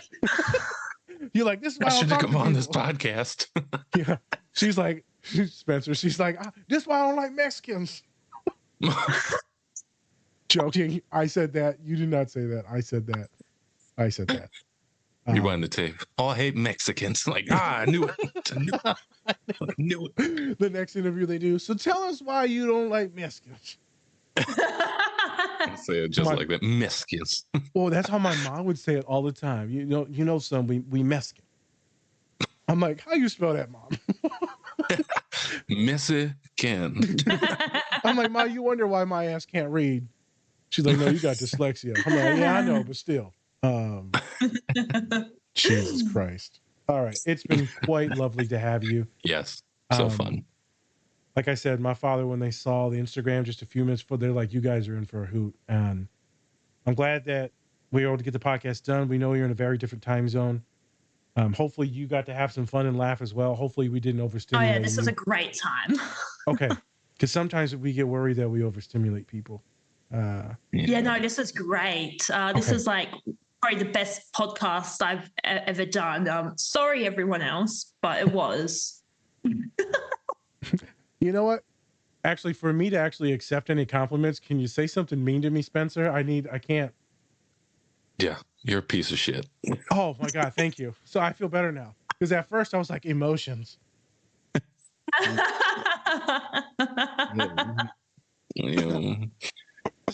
Validation. Ugh. Oh, sure, I can't get up. Yep, there we go.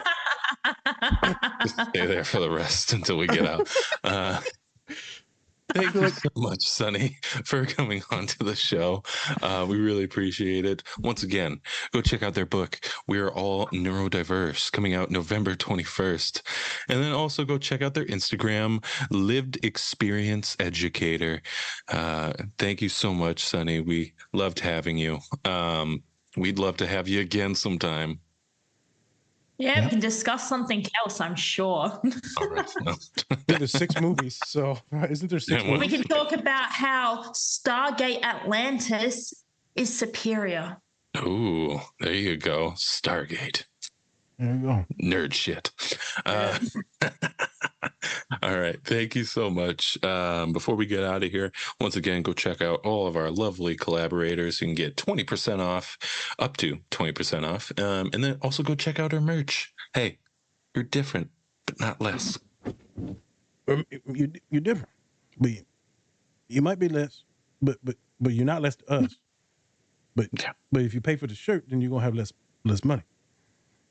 So, but then you'll feel better about yourself. So, but you'll feel better because you ADHD and you have impulse control issues. So just buy a shirt, and you'll. Those are our customers.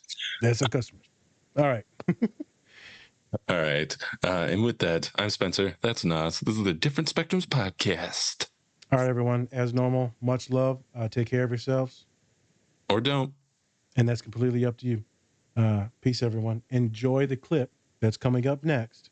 That's curated just for you right there. Right. Go ahead and touch it. Go ahead, click on it. All right. Bye, people. Bye.